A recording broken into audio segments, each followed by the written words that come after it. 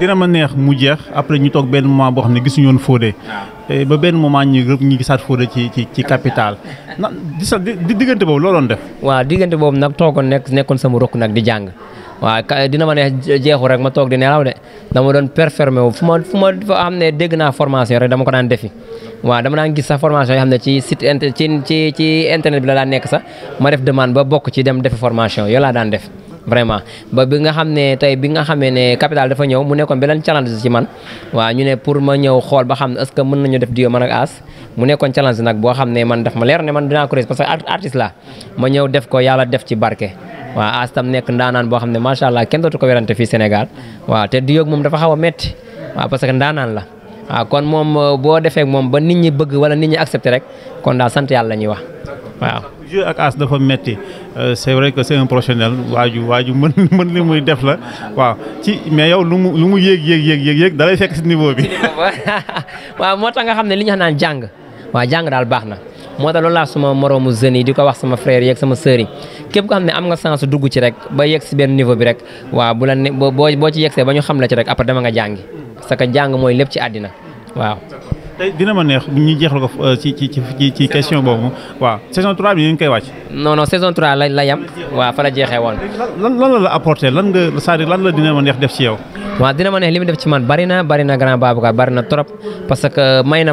ma relation humaine mooy diggante nit ak nit waaw vraiment dina ma neex dafa yokk na suma popularité. waaw parce que nag man depuis xale bi ma nekkee xale ba léegi waaw Fodé gi moom loolu depuis xale la waaye dina ma ne dafa yokk sama popularité parce que dina ma ne dafa ñëw nekk loo xam ne lu bees la woon Sénégalais dañu soog a découvrir ñun ñi ci nekkoon ñëpp booba nekkoon presque suñu premier téléfilm ñu Sénégalais yi xamee ñu ci film boobu waaw mu nekk loo xam ne nag waaw vraiment dafa yokkoon suñu code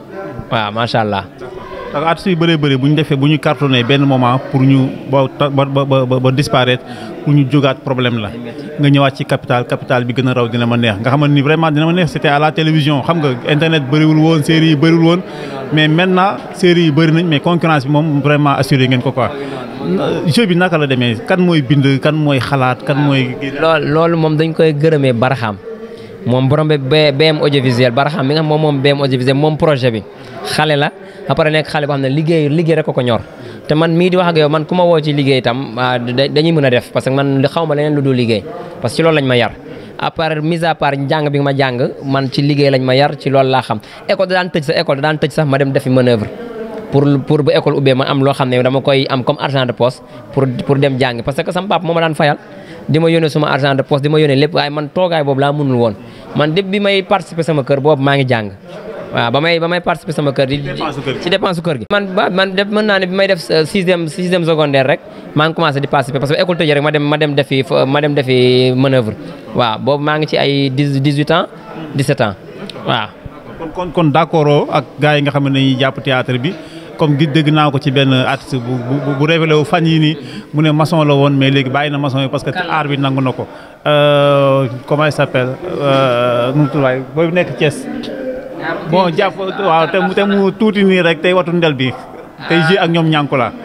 waaw. wax nga dëgg kaw xam naa bàyyi ma déglu ma information boobu mais loolu moom digalu ma ko kenn comme nekk yor métier ba ñëw dugg ci art bi daal di koy bàyyi non digalu ma ko kenn parce que ñun ñiy jàng man communication laa def man mooy loolu laa jàng diplôme boobu laa yor télécommunication laa jàng te jot naa ci exercer c'est que nag xam nga Sénégal moom yaa ma gën a xam da ngay am sa CV jël dem ci télé yi dugal sa demande mais li ñuy bëgg mooy chaque jour nga ñëw di fëgg ci bureau yi te man du ma fëggal kenn bureau